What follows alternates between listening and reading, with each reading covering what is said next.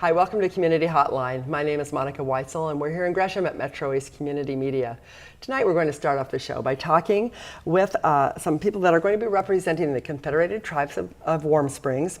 We're going to be talking about a special celebration that they have going on at Mount Hood Ski Bowl. And here to talk about it, we have Delson Suppa, who is with you're a Warm Springs tribal member. Thanks for being here, Delson.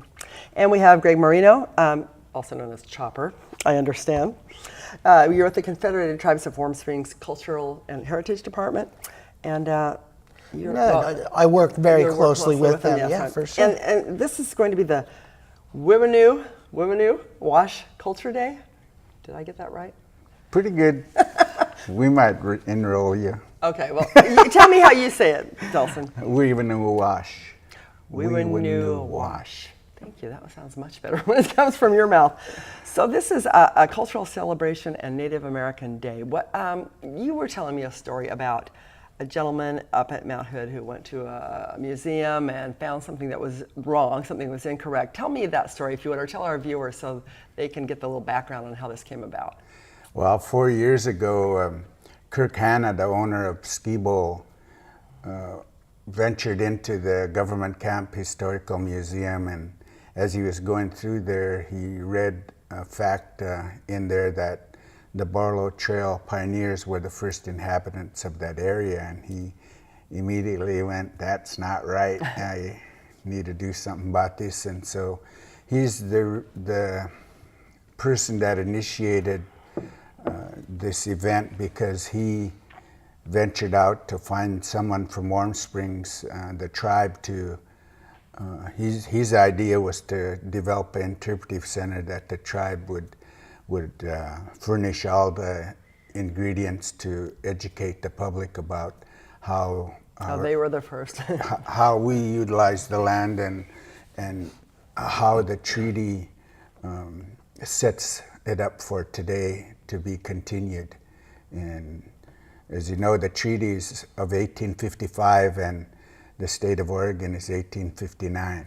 So the treaty supersedes the state, and there's a lot of political question marks from the state end on how to work with that. And he did a great job of sending his people down to seek out people that would help make this happen, and we crossed paths, and so I've been involved from that point. That he, one of his people that he had working for him, got a hold of me, and then we started meeting. And the reason we picked this day is it's National Native American Day, and nobody really recognizes that either. And so that's September 27th, correct? Well, September 26th is the National Native American Day. Okay. And on that day, he wants to honor the students at 509J in Madras and Warm Springs.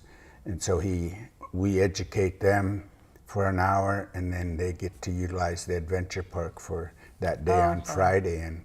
And then Saturday, we do the actual ceremony to dedicate the building each year. And we have dancing and vendors set up and do demonstrations with beadwork. And that's located where then? It's Ski Bowl West in Government Camp. Okay, and Greg, you're involved with this too, in what way? Oh yeah, definitely. From the beginning I was along with some of the first ones that Kirk had sent down to meet with Confederated Tribes of Warm Springs, and I got to meet Delson, the cultural and heritage folks down there, and worked with a lot of the kids as well from the tribes down there. So it's been a fun experience to bring this all together. And when you say Wiwnu Waash, we've kind of changed the name of the ridgeline there from Tom, Dick, and Harry Mountain to that name, which means the place to come pick berries. So these seated grounds were a big part of the native culture, coming to gather berries every season.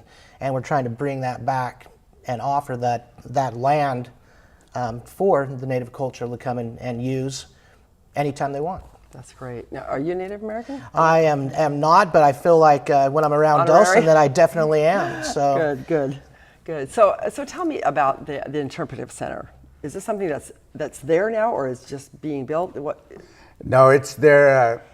Kirk Hanna had a building that wasn't being utilized, and that's the one he designated for the interpretive center. It's right there at Skibo West, and it's on the left as you go down the steps towards the chairlift and the alpine slide that's on the hill. And we were responsible, the Confederated Tribes of Warm Springs tribal members are responsible for bringing in authentic items and information to have people, the public, come through and read and see some of the things that we use to pick huckleberries and to do other food gatherings.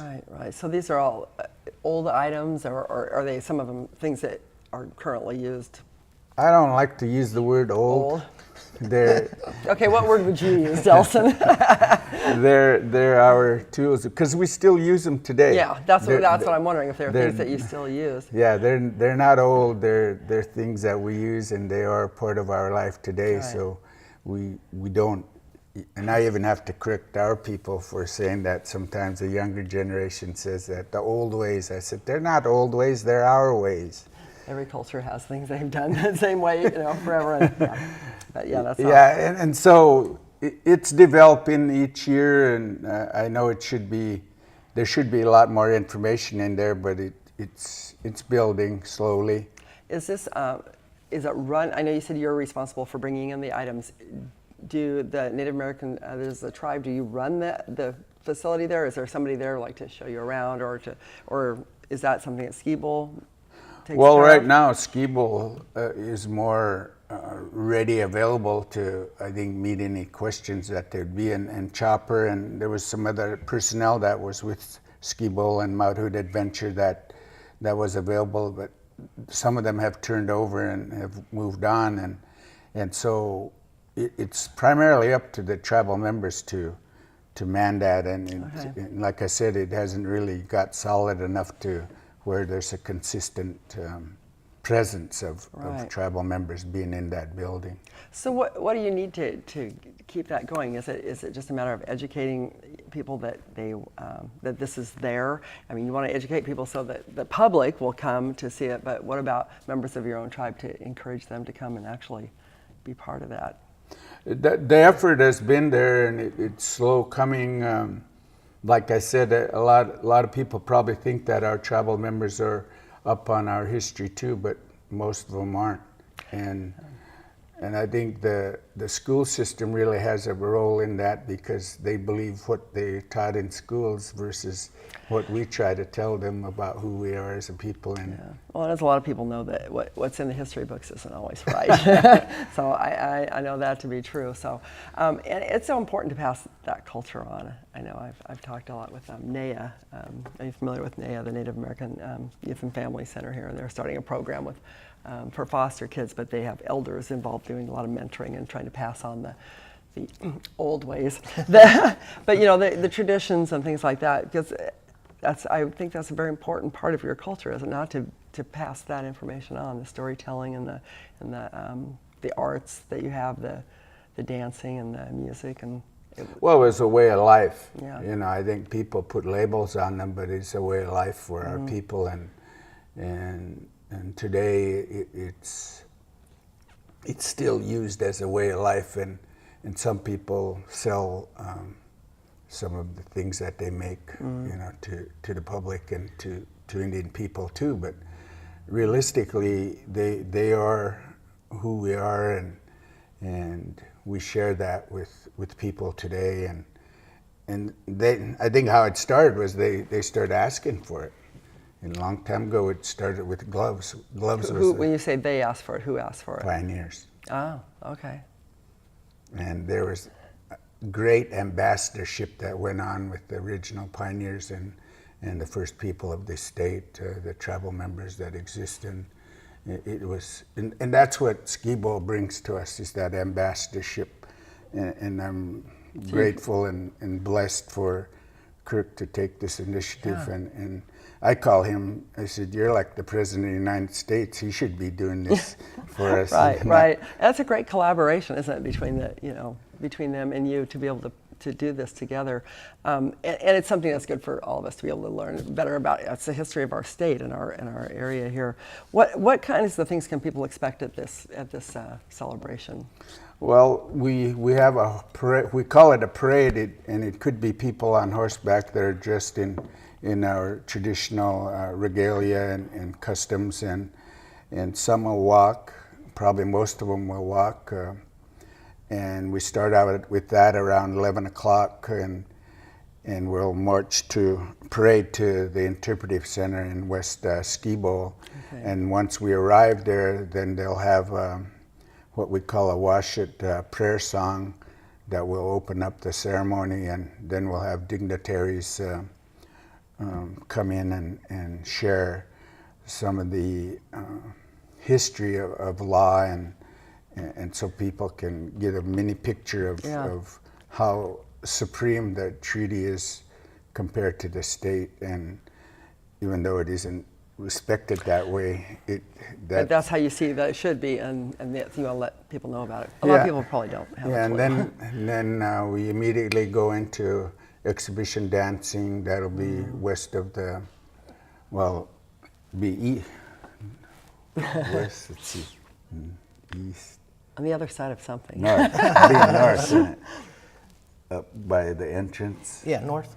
Yeah, north, there's a canopy, and that's where they're going to be doing the dancing this year. Last year it was down left of the chairlift, but I'm understanding that they're going to have it up where the entrance is, more so that people will see it immediately, and they won't have to walk all the way down the hill and see that. And then we'll have some Native American flute players playing, and then there's Tony Garcia. He's a Native American that has a jazz band, blues band, and I know that name. Yeah, he's from Troutdale, and he's excellent. He's going to perform, and he's also going to have a little vendor space to answer any questions about his lyrics on his songs that he has, because he's got a lot of educational lyrics in his songs about who we are as a people, and it's an excellent thing. And there'll be beadwork demonstrations, Native American legend storytelling, and we're gonna probably come up with some other things that somebody may ask about, and so we'll run around and find somebody and get them out there to do it, and usually there is somebody, and we're a people that you never know who's going to show up, and so it may be a surprise. But it sounds like it's an event that'd be good for the whole family. I mean, we can bring the kids up there. They learn something and have a good time too. Right? Yeah, I think some of the vendors will be able to do a question and answer, and I think just about anybody there. And they're going to have a salmon feed outside, authentic traditional salmon cooking, and that sounds wonderful. It's a great day for everybody. And it's a great day for me. It's a great day, when I get asked questions, it makes me feel good to be able to share the authentic message of who we are. Well, believe it or not, we're already out of time. The 15 minutes went very fast, but I want people to know this is on September 27th from 10 a.m. to 7 p.m., correct? And this is at Mount Hood Ski Bowl, and it's the Wiwnu Waash Culture Day. Say it for me, Grace. It is a Wiwnu Waash. Yeah. Okay, and it's Confederated Tribes of Warm Springs Cultural Celebration and Native American Day. That's a big mouthful, but it sounds like it's going to be fun, educational, and a great way to connect with the land, and get a little bit of our history and the heritage. So thanks so much for being here. And people can go and they can find you too on that day and ask all the questions they want, right? Right. Sure. Yeah, okay. I want as many people that can come up there and ask as many questions as they want about who we are. I might want to have you back on again so we can talk some more. So thanks so much. And don't go away. We'll be right back with more of Community Hotline.